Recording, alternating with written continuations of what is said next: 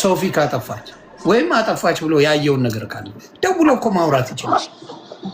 እሱ አንጃግሬ መስርቷል።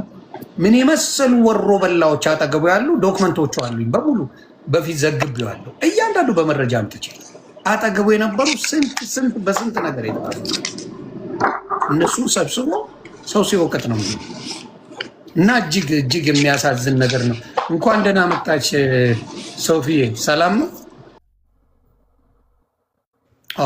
ኔትወርኳ ነው ማለት ነው። እና ብዙ ሰዎች የተማረሩበት ሰው ኢቨን በክርስትናው በሱ እኔ አሁን ለምሳሌ ብዙውን በማንበቤ ነው። በተወሰነ መልኩ ግን ከእንደሱ አይነት ጋር ከማብር ሰይጣን ባመልክ ይሻለኛል። እግዚአብሔር መሰከረ አይደለም። ጌታ ኢየሱስን ሰይጣን ባመልክ ይሻለኛል። በዚህ ደረጃ ነው የምወደው። ሰይጣን አይደለም ጌታ ኢየሱስ ክርስቶስን ከሱ ጋር አብሬ ከማመልክ ሰይጣንን ባመልከው ይሻለኛል። እግዚአብሔር መሰከረ። የዛን ያህል ነው የምጠየፈው። የዛን ያህል ክፋቱን ከልብ አይቼዋለሁ። ከልብ ክፉ ሰው እንደሆነ አይቼዋለሁ። ሰውን ለማጥፋት ምን ያህል ዮኒ ማኛ አጀንዳ ተሰጥቶት ነው ብልጽግናንና ጴንጤን ስደብ ተብሎ ገንዘብ ተከፍሎት ነው ብለዋል። እኔ ጴንጤ ሰውን ገንዘብ ተከፍሎኝ ነበር እንዴ? ለምን አይልም ነበር እንዴ? ከፍለና ያመጣ ነው ለምን አይልም ታዲያ? አይሽ ሁል ጊዜ ያለው ችግር ምንድን ነው? ጸሎተኛ ነህ እግዚአብሔር አይነግረም እንዴ ታዲያ? ዮኒ ማኛ ገንዘብ ተከፍሎት ከሆነ አይነግረም? መረጃውን ይዘና እኔም ደስ ይለኛል። ለእኔም ልዋረድ፣ በአደባባይ እኔ ልዋረድ። በጀት ተደርጎልኝ ኦርቶዶክስ ብልጽግናንና ጴንጤን ስደብላኝ የመጣሁበትን አጀንዳ ነገር እዚሁ አይደል እንደ ተጣላ ነው። በሞተ ሰው እንኳን ስትሳለቁ አይደል የምትውሉት? በሞተ ሰው ሲኖር ያልሰበከውን ሲሞት ታላግጣለህ እንዴ? ነገርኩት። ያልኩት ምንድን ነው? ሀጂ ሙፍቲን ሲሞቱ ለምን እንደዚህ አላላችሁም? ሙስሊም ሞቷል። አርቲስት ነፃነት ወርቅ ነው የሞተ ጊዜ ነው ነገሩ የተፈጠረው። ከዛም በፊት ጥያቄ እየጠየቅኩ አንተ ልጅ ሀሳብ ምንድን ነው እያሉኝ ነበረ።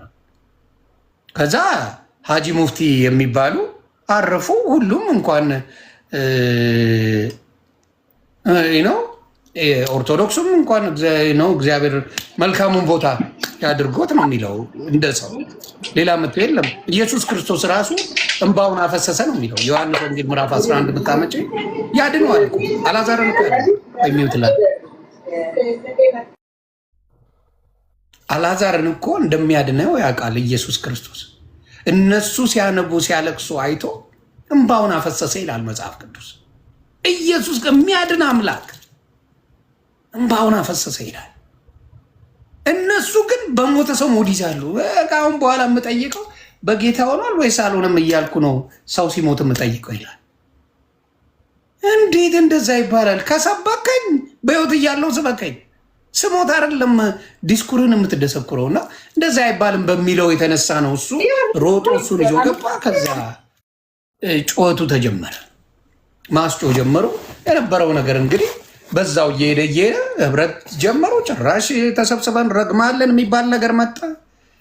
ያ ያጸለየልህ ሰው በሙሉ ይጸልይብሃል። ለካ ኦርቶዶክስን ስሳደብ ለእነሱ ደስታቸው ነበረ። በጣም በደስታ ይቦርቁ ነበር። ለካ ይፈነጩ ነበር። ለካ ምንም ያላል። ወንጌል ባናቱ ይተከል ሲባል መጥቶ ዮኒ ማኛ እኮ የ8 ወር ልጅ ነው ሲል የነበረ ሰውዬ ስለሌላ ነገር ሲወራ ግን ስለሱ ሲነገር ግን እሱ እኮ ወንጌል አያውቅም ይላል። ግራ የሚገባ ነገር እኮ። ስለ ወንጌል ያልጨነቀው ሰውዬ ስለ ራሱ ማንነት ግን መጨነቅ ጀመረ። ስለ እንዳልካግዞ ማለት ነው።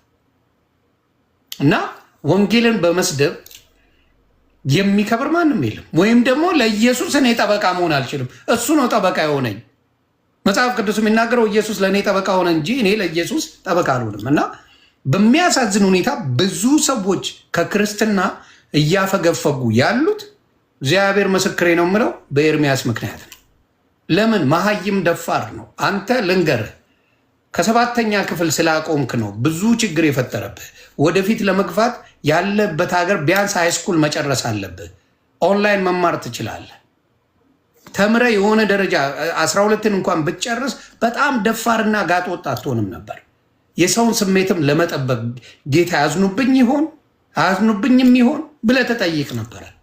አንተ ግን እንዳመጣልህ ሰዎችን ታደርግና ለመስበር የምትሄድበት ጥግ እግዚአብሔር ዋጋውን ይከፍላል ወደፊት የምታየው።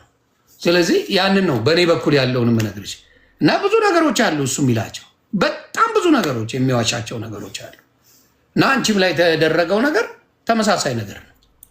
በጣም በውሸት በተለይ ሴቶችን መስበር ትልቁ ዓላማው። እንዳልኩ እዩ ጩፋን ተናገር፣ ዮናታንን ተናገር። ምን ነው የምታያቸው የሚሰሩ ስራዎች አሉ አይደል እንዴ? ነቢይ ሄኖክን ተናገር፣ ሌሎችንም እስራኤል ዳንሳን ተናገር። አመጣላለሁ እየስማት። ወንዶቹን አትናገርም፣ በፍጹም አትናገራቸው። ለምን? ያጠጡዋላ፣ አይሰሙ። በደንብ አድርገው በሄድክባቸው መጠን ይሄዱባል። ስለዚህ እነሱን አትናገርም። አንተ የምትናገረው ማንን ነው? ይኸው ነቢት ብርቱካንን፣ ዘማሪ ሶፊያን፣ ሌሎች ሴቶችን እያመጣ ውቅጥ ውቅጥ። እነሱም ደግሞ አቅም ስለሌላቸው ችለው መጨረሻ ላይ ሲያቅታቸው ነው እንግዲህ አደባባይ መጡት። ይህንን ነው የምናገር። አንቺ መቀጠል ትችላለች። ቤተሰብ ታብታብ ኮፒ ሊንክ እያደረጋችሁ ላግ እያደረግብኝ ስለሆነ ማለት ነው። ሶፊ ካለች ሶፊ ሰላም፣ እንዴት ናችሁ? እንዴት ነሽ? በቪዲዮ መሆን ትችላለሽ? እኔ ወይ አልችልም። ጥሩ ቦታ ላይ አይደለም። ችግር የለውም። ነብይት እንዴት ነሽ? ሰላም ነሽ? አለሁልሽ። ሶፊዬ እንዴት ነሽ? ድምጽ ይሰማል? ይሰማል። የሰማሁኝ ነበረ ታውትን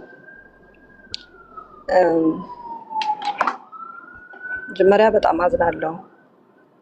የሆነ ባለው ነገር በአጠቃላይ በጣም አዝናለሁ። እንዲህ አይነት ነገር አያለው ብዬ አልጠብቅም ነበር።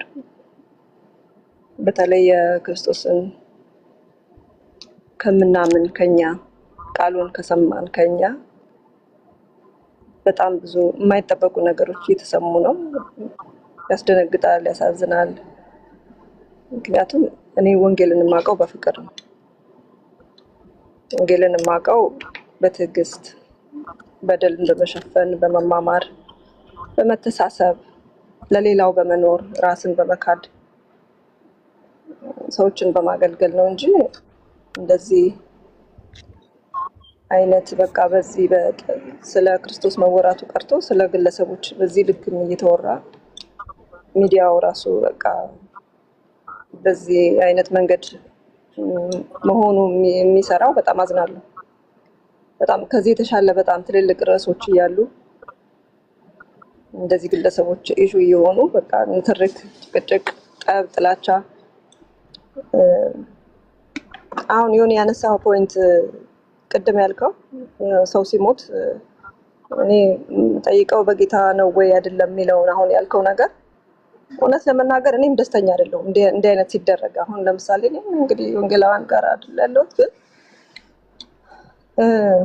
በቃ ሰው ሲሞት ከሚያዝኑ ጋር አብራችሁ ዘኑ ነው የሚለው መጽሐፍ ቅዱስ። ደስ ከሚላቸው ጋርም ደስ ይበላችሁ ነው የሚለው። ሰው ሲያዝን ማዘን ነው ያለብን እንደ ክርስቲያን እንጂ እዛ ጋር ወዴት ነው ሄደው ወደ ማን ሄደው እያልን እንድንመራመርና እንድንፈርድ እግዚአብሔር ቃል አይፈቅድልንም። በህይወት እንዳለ አንድ ሰው ወንጌል ልንሰብከው ይገባል፣ ልንናገር ይገባል። ከሄደ ግን ሄደ ነው በቃ። ወዴት ሄደ የሚለው እሱ እግዚአብሔር ራሱ ነው የሚያውቀው። በሰከንድ ውስጥ እየሄደ እኮ ንስሐ ገብቶ ጌታ ሆይ ምሕረት አድርግልኝ ብሎ እኮ ከሄደ አሁን በመንግስትህ አስበኝ ብሎ ከሄደ ልክ እንደዛ በቀኙ እንደተሰቀለው ሰው እኮ ወደ መንግስተ ሰማያት ይሄዳል ብለን ነው የምናምነው። ስለዚህ ሰው እዚህ ነው ሄደው እዛ ነው እየሄደው እያሉ ሰዎች ላይ ጀጅ ማድረግና በሀዘን ላይ ሀዘንን መጨመር። በተለይ ቤተሰብ በጣም ያዝናል፣ ይጎዳል። ሰው ሲሞት ከባድ ነው በጣም። ኦልሬዲ ሀዘኑ አድቅቋቸው እያለ እንደገና ደግሞ ጭራሽ የሄደበትንም እንዲጠራጠሩና እንዲፈሩ ወደ ሲኦል ነው ሄደው ብለው እንዲያስቡ ደግሞ ማድረግ ሌላ በደል፣ ተጨማሪ በደል ነው ብዬ ነው የማምነው። አጽናኑ ነው የሚለው መጽሐፍ ቅዱስ። ሰዎች ሲያዝኑ እንድናጽናና ነው የሚናገረው። ወንጌል የርህራሄ እምነት ነው። ለሰዎች ስለመራራት ነው፣ ሰዎችን ስለማስጨነቅ አይደለም። እና እውነት ነው ሰዎች በክርስቶስ ካላመኑ እንደማይድኑ እኛ ሳይሆን መጽሐፍ ቅዱስ ይናገራል፣ ሁላችንም እናውቃለን። ግን እንዲህ አይነቱን ነገር ስንናገር ጊዜ አለ፣ ቦታ አለ፣ የሚነገርበት አለ። ሁሉም ስፍራ ላይ ሰዎችን ኦፌንድ ማድረግ ወንጌል አይደለም። ሰዎችን ማሳዘን፣ ሀርት ማድረግ፣ ማቁሰል ወንጌል አይደለም። እንደውም እንዲጠሉ ሳናስበው ለወንጌል ያላቸው እይታ እንዲጣመም ሁሉ ልናደርጋቸው እንችላለን። ጨካኞች ናቸው፣ አይራሩም ለሰው፣ ካዘነ ሰው ጋር አብረው ያያዙ፣ በሰው ሀዘን ይሳለቃሉ የሚል አይነት እይታ እንዲኖራቸው ልናደርጋቸው እንችላለን። ከዚህ በፊት አንድ አርቲስት ሞቶ የዛሬ ስንት ዓመት እንደዛ አይነት ነገሮች ሚዲያ ላይ ሲዘዋወሩ አየሁና አዘንኩ በጣም። ወዴት ነው ሄደው? እንደዚህ ነው ዘፋኞች ባካችሁ ጌታን ተቀበሉ፣ እንደዚህ ሆናችሁ እንዳትሞቱ ምናምን የሚል ነገር ባካችሁ አትበሉ ብዬ ጻፍኩኝ። እባካችሁ ተው፣ ካዘኑ ጋራ እንዘን አብረን። በሰዎች ሀዘን ላይ ገና ሳይነሱ ከሀዘናቸው ሳይነሱ ሀዘን እናንጨምርባቸው ብዬ ተናገር ጻፍኩኝ። አንድ ሰው ደውሎ እንደዚህ ልክ አይደለሽም፣ እንዴት እንደዚህ ያለሽ ምናምን አለኝ። አይ ልክ ነኝ አልኩት። መጽሐፍ ቅዱስ የሚለው እንደዚህ ነው፣ ከሚያዝኑ ጋር አብራችሁ ዘኑ ነው የሚለው። ወንጌል ይሰበካል፣ እውነት ነው። ግን የግዴታ ሰዎችን እያሳዘንን አይደለም፣ ሰዎችን እያጽናናን ነው ወንጌል መስበክ ያለብን እንጂ እናንተ ልጅ እኮ ሲኦል ነው የሄደው እያልናቸው በተዘዋዋሪ ኢንዳይሬክትሊ፣ በቀጥታም ባይሆን ኢንዳይሬክትሊ እንደዛ እያልናቸው አይደለም ወንጌል የሚሰበከው ብዬ አልኩት።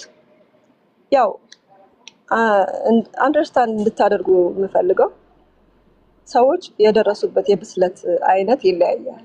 ሁሉም ሰው ጌታን አውቆ መንፈሳዊ የሆነውም ሰው የብስለት ሌቭል አለው። ሁሉም ሰው እኩል አይደለም ብስለቱ። አንድ ሰው እንደዛ አለ ማለት ወይ ሁለት ሰዎች እንደዛ አሉ ማለት ሁሉም ሰው እንደዛ ያስባል እንደዛ ያምናል ማለት አይደለም።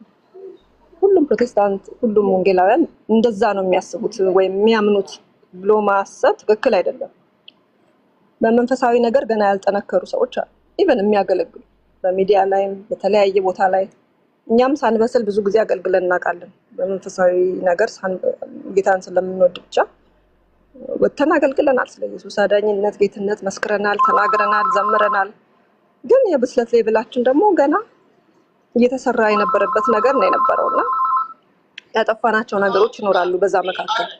ስለዚህ ሚዲያ ላይ በምታየው ነገር የሆነም ሰዎች ሲሳሳቱ የሚሳሳቱት ነገር እነሱን ነው የሚወክለው። ያንን የተናገረውን ሰው ነው የሚወክለው ያ ስህተት እንጂ ቤተ እምነትን አይወክልም። አንድ ሰው እንደዛ አለ ማለት ሄደህ ዶክተር ማሙሻን ብትጠይቀው ኖ እንደዚህ መባል የለበትም ብሎ ሊልህ ይችላል። ያ የሆነ ሰው አለ ብለህ በጣም ተናደህ እንዲህ ነው እንዴ ለካ ወንጌላውያን የሚያስቡት እንደዚህ ናቸው እንዴ ብለህ ያልክበትን ነገር ሌሎችን ወንጌላውያን ትልልቅ እግዚአብሔር ሰዎችን ብትጠይቅ ኧረ አይባልም ነውር ነው ሊሉህ ይችላሉ። ስለዚህ ቤተ እምነትን አይወክልም። ሰዎች የሚናገሯቸው በሚዲያ ላይ እየወጡ ስሜታዊ የሆኑ የሚናገሯቸው ነገሮች አንድን ትልቅ ቤተ እምነትን የሚወክሉ አይደሉም። እነሱ ኢቭን ተወካይ አስመስለው ራሳቸውን እንኳን ፕሬዘንት ቢያደርጉ ሚዲያ ላይ ተወካይ አስመስለው ቢናገሩም ግን አይወክልም። አንድ ሀሳባቸው የነሱ ነው። በቃ ያ ሀሳብ የእግዚአብሔር ቃል እስካልሆነ ድረስ የሚናገሩት ነገር እነሱን ነው የሚወክለው እንጂ አንድ ቤተ እምነት አይወክልም። ስለዚህ ጥያቄ አለኝ እዚህ ጋር። እሺ እንደው በወንጌል ደረጃ እሱ ወንጌላዊ ብሎ እኮ ቸርች ውስጥ ሁላ የሚያገለግል ሰው ነውና በወንጌል እስከ 27 ዓመት ያህል አገልግያለሁ ነው የሚለው እንደሚናገረው ከሆነ እየወጣ ግን ሶሻል ሚዲያ ላይ ከአንድ ሰው ጋር ለመግባባት ራሱ እንግዲህ ወንጌል ፍቅር ነው። እናንተም እንደምትሉት ከአንድ ሰው ጋር የሆነ አይዲያ ከአንቺ አልተስማማም ማለት በጭራሽ ሊያዳምጥሽ ፈቃደኛ አይደለም። ምን አይነት ወንጌል እንደዚህ አይነት ወንጌል ስለማላክ እኔ ያው እንደምወድህ ታውቃለህ አይደል? ያ አንድ ጥያቄ ልጠይቅህ። ከወንጌላውያን ጋር ህብረት ነበረ እስከ ቅርብ ጊዜ ድረስ። ምንድነው ዲስአፖይንት ያደረገህ ነገር እና ከዚህ ህብረት ውስጥ እንድትወጣ ያደረገህ ነገር ምንድነው? እስቲ ምንድነው ዋትስ ዘ ፖይንት ማለት እንደው ይሄ ነው በጣም በቃ ያስቆጣኝ ወይ ደግሞ እንደዚህ እንድቀየር ያደረገኝ የምትለው ነገር ምንድነው? አንደኛው በተለይ በትልቁ አድመኝነትና ጥላቻ ጥላቻ ሶሻል ሚዲያ ላይ ብትመጪ አሁን በአብዛኛው ክርስትና ማለት ፍቅር ነው አይደል? ኢየሱስ ክርስቶስ በሙሉ በፍቅር የመጣ አምላክ ምናምን ግራን ሲመጣ ቀኝን ስጥ የሚል በብዛት በፍቅር ብዙዎቹን ሲያስተምር የነበረ ሌሎቹም እንደዚሁ እሱ ብቻ ሳይሆን የእሱ ደቀ መዛሙርቱ በሙሉ ያንን ያደረጉት እና ራሴን ቁጭ ብያየሁት እግዚአብሔር በሚያውቀው ቁጭ ብያየሁት እና ኤቭሪዴይ አንዳንድ ቪዲዮዎችን የተቆረጡ ሳይ ራሴ መደንገጡላ ጀመርኩ። መደንገጥ የምናገረው ስለ ክርስቶስ ሳይሆን በቃ ሌላውን አታክ ለማድረግና እኔ አቅላቸዋለሁ የሚል ልክ የነሱን አይነት አካሄድ ነበር የሚሄደው። ያ ደግሞ ክርስቶስን ሊያመጣልኝ አልቻለም። ያመጣው ምንድን ነው? ጥላቻ። እንግዲህ ለምሳሌ ከእናንተ አሁን በክርስትና ካሉት እነ ፓስተር ቸሬ፣ እነ ዶክተር ወዳጄ፣ እነ ዶክተር ማሙሽ፣ ኢቭን ፓስተር ቶሎሳ፣ ሌሎች እነ ነቢት ብርቱካንም ሌሎችንም መጥቀስ ይችላሉ። የተከበሩ አንቱ የተባሉ እንዲሁም ደግሞ ስለሌላ ነገር ሳይሆን ሞር ፎከሳቸው ፍቅርና ክርስቶስ የሆኑ እህትና ወንድም አስተማሪዎች አሉ። እዚህ ጋር ደግሞ ስመጪ ህብረት ተደርጎ ሆይ ሆይ ሆይ ተብሎ አብረን ሆነን ስንሆን እሱን አይደለም የሚፈልገው። ስለ ኦርቶዶክስ አንድ ፖዘቲቭ ነገር እንድታወሪ ፈቃደኛ አይደለም። ቤት ውስጥ ያለውንም የተወሰነች ነገር እንደዚህ እኮ ስህተት አለ ይስተካከል ሲባል ማኩረፍ ነው ሁሌ ስራቸው። አንድ ነገር ማለታችን መባል የሚፈለገው ኦልሞስት 90% የፈረደባት ኦርቶዶክስ ናት ያለው እና ያ ጥላቻ ምን ያደረገኝ ሄደ። እንደዛ እየሆንኩ እንኳን እግዚአብሔር በሚያውቀው ኦርቶዶክስ ወንድምናቶቼ ከልክ በላይ ታግሰውኛል። ከልክ በላይ ነው ማወራሽ እና ትልቅ ፋክተር አለው በሚገባ ለምን አድመኝነት የለ። አሁን ኦርቶዶክስ ውስጥ ቄስ ለቄስ ሲባል አንተ እኮ እንዲያውቃለሁ አንተ እኮ እንደዚህ ነው የሚባባል ነገሮች የሉ። በውስጥ ነው የሚጨርሱት። ይነጋገራሉ፣ በተወሰነ መልኩ ቁጭ ይላሉ፣ ነገሩ ይፈታል። ወዲያ ህብረት የሚያደርጉ እስካሁን አብረው ናቸው። የኦርቶዶክስ ልጆችን ካየሽ አሁን ቲክታክ ላይ ያሉ ወንድሞች የሚያስተምሩ ካየሽ እስካሁን አንድ ላይ ነው የሚያስተምሩት ኦልሞስት 90%። በዚህ በኩል ደግሞ ስትመጪ 90% የተጣላ ነው። 90% ሰባኪ የምትይው እዚህ ጋር በሙሉ የተነካኩ ናቸው፣ የተጣሉ ናቸው። እጅግ በሚያሳዝን ሁኔታ ማለት እና ሳየው ፍቅሩ አንድነቱ ከሌለ ክርስቶስ አለ ብዬ ለማመን በጣም አስቸጋሪ ነው። ስለዚህ ፍቅር እንደሌለ በደንብ በዛ በኩል አይቻልም። ፍቅር ከሌለ ደግሞ ከንቱ ነኝ ይላል መጽሐፍ ቅዱስ ሲናገር። ስለዚህ ሁልጊዜ የሚሰበከው ጥላቻና መጥፎ ነገር ከሆነ ያ ነገር ለክርስቶስ አይደለም፣ የራሳቸው ፐርሰናል ፕሮብሌማቸውን እንጂ የክርስቶስን ኃያልነት አይደለም መስበክ የሚፈልጉት። ብዙ ሰዎችን ከገድልና ድርሳናት አወጣ ነው ይላሉ እየሳቁባቸው። እኔ እውነት ለመናገር እንግዲህ የአንተን ኤክስፔሪየንስ አላውቅም ማለት አንተ ያው ቲክቶክ ላይ ያሉ ስለሆነ የምታውቃቸው በብዛት የአንተ ኤክስፔሪየንስም እዛ አካባቢ ነው የሚሆነው፣ እዛ ዙሪያ ነው የሚሆነው። ግን እውነት ለመናገር በጣም እጅግ በጣም ብዙ የፍቅር ሰዎች ደግሞ እንዳሉ ነው ያውቃለሁ። ብዙ ራሳቸው ሳይሆን ለሰው የሚኖሩ እግዚአብሔር አድርገው ምዕመናኑማ ፍቅር ነው። እውነቱን ልንገርሽ ችግሩ ያለው የተገላቢጦሽ ሆነ። የተገላቢጦሽ ሆነ። አስተማሪ የሚባሉት ተሳዳቢና አንጓጣጭ፣ ተማሪዎቹ ደግሞ ወይም ደግሞ ምዕመናን የምታያቸው ወንጌላውያን የምታያቸው እነሱ ደግሞ ትሁት ሆነው ቁጭ አሉ። የተገላቢጦሽ አሁን ሌላ ቦታ ብትሄጂ ኦርቶዶክስ ጋር ብትሄጂ አብዛኛው ትልልቆቹ ትሁቶች ናቸው። አንዳንዶቹ እታች ያሉት ደግሞ ሊሳደቡ ይችላሉ። እዚህ ጋር እኮ የተገላቢጦሽ ነው። ያ ቃል ወንጌል የምትይው ሲፋለስ ሲሰዳደብ ይውላል። ምዕመናኑ ደግሞ ቁጭ ብሎ ይታዘባል። ይሄ ነው የሚያሳዝነኝ። ሌላውን ህብረቱን ልጠይቅሽ። ሌላው ደግሞ የታዘብኩት ነገር እግዚአብሔር በሚያውቀው አሁን ለምሳሌ የኦርቶዶክስ ቤት አንድ ወንጌል ተከፈተ አይደለ? አንድ ቤት ስለ ወንጌል እንማር ተብሎ ሌላው አይገባም። ጨርሶ በሙሉ ሄዶ እዛ አዳማጭ ሙሉ ህብረት ነው የሚያደርገው። አንዱ ቤት ከፈተ ሊያወራ፣ አሁን መዝሙረ ያሬድ ከፈተ ይባል፣ እፎይ ከፈተ ይባል፣ አክሊለ የምንለው ወንድማችን ከፈተ ይባል፣ ሌሎችም ከፈቱ ይባል አይደለ? ሙሉ ኦርቶዶክስ ከፍቷል ዝጉ ይባላል። በሙሉ እዛ ነው የሚካሄደው። ፍቅሩ አንድነቱ ስላለ ማለት ነው። እዚህ ቤትስ በሙሉ ሂጂ እስኪ የሆነ አለ ሱቅ ወደሬተ ነው የሚመስልሽ። እያንዳንዱ ለብቻው ከፍቶ የፈለገውን 10 ሰው ይዞ ቁጭ ብሎ ወንጌሉን ሳይሆን ለሰው ማስተማር የሚፈልጉት ራሳቸውን ምን ማድረግ ነው የሚፈልጉት? አድቨርታይዝ ማድረግ ነው የሚፈልጉት። ይሄ ደግሞ ክርስትና አይደለም። ክርስትና አንድነት እንጂ ክፍፍል ላይ ያለ አይደለም በሚለው አንደኛው እሱ ነው። ሁለተኛ ደግሞ እኔ መጽሐፍ ቅዱስ በጣም ማንበብ ጀመርኩኝ፣ መጠየቅ ጀመርኩ። ስለዚህ አንዳንድ ቻሌንጅ የሚያደርጉ ጥያቄዎች ግን በጣም እጅግ በጣም በሚደንቅ ሁኔታ የፍቅር ሰዎች አሉ። በጣም በጣም በጣም የሚገርም የፍቅር ህይወት ያላቸው